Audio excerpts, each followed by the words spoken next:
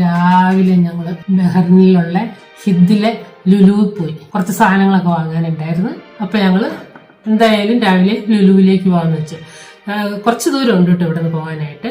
അപ്പൊ ഞങ്ങൾ ലുലുവിൽ പോയി സാധനങ്ങളെല്ലാം വാങ്ങി.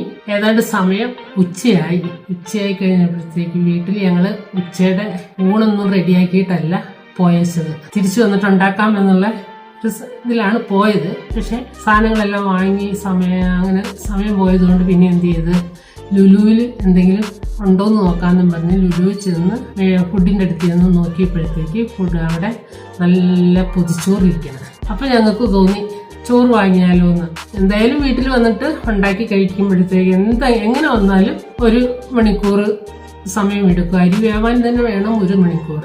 അപ്പം ചോറ് വാങ്ങി ഞങ്ങളിപ്പം ഇവിടെ വന്ന് കയറിയുള്ളൂ. നന്നായിട്ട് ടയേർഡായി. എന്നിട്ട് അങ്ങനെ ഇവിടെ വന്ന് കുത്തിയിരിക്കുവാണ്. എങ്കിൽ നമുക്കൊരു കാര്യം ചെയ്യാം. നമുക്ക് ലുലുവിന്റെ പൊതിച്ചോറ് എങ്ങനെയുണ്ടെന്നൊന്ന് നോക്കാം.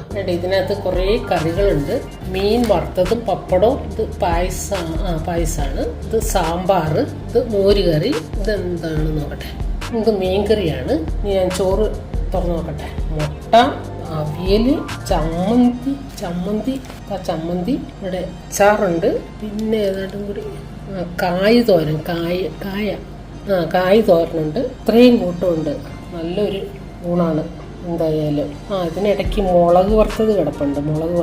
ഓക്കെ, 2 മുളക് വറുത്തത് കിടപ്പുണ്ട്.